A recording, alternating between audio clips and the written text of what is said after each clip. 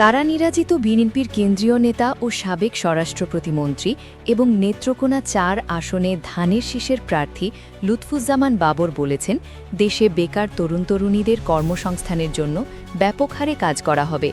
সাধারণ শ্রমিকের তেমন কাজ নেই, তাদের দক্ষ করে তৈরি করতে প্রতিটি শিক্ষা প্রতিষ্ঠানে কারিগরি শিক্ষা দিতে হবে। সেক্ষেত্রে কারিগরি শিক্ষা নিতে তরুণ-তরুণীদের এগিয়ে আসতে হবে।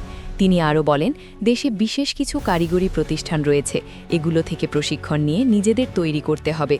তাহলে দেশে যেমন কর্মসংস্থান হবে, বিদেশেও অনেক বড় কর্মসংস্থানের জায়গা আছে। প্রত্যেকেই নিজেদের প্রশিক্ষিত করে দক্ষ জনশক্তি হিসেবে প্রস্তুত করতে হবে। বুধবার নিজ বাড়িতে দলীয় নেতাকর্মীদের সাথে মতবিনিময় শেষে এসব কথা বলেন তিনি। বাবর বলেন, ১৭ বছর পর দ্বিতীয় জীবন নিয়ে নির্বাচন করার সুযোগ পেয়েছেন। এ জীবনে তার কোনো চাওয়া পাওয়া নেই, তবে এখন এলাকার মানুষের জন্য অনেক কিছু করার আছে। নির্বাচনে বিজয়ী হলে এলাকার উন্নয়নে কাজ করব। সবাইকে সাথে নিয়ে অবহেলিত মদন, মোহনগঞ্জ ও খালিয়াজুড়ির উন্নয়ন করাই মূল লক্ষ্য। তিনি আরও বলেন, বর্তমান সময়ে মাদক ও জুয়া সমাজের জন্য মরণব্যাধি হয়ে দাঁড়িয়েছে। আমার নির্বাচনী এলাকায় এসবের কোনো জায়গা নেই। মাদক এবং জুয়ার সাথে কোনো আপোষ নেই। তা নির্মূল করতে বিএনপি এবং আমি জিরো টলারেন্স।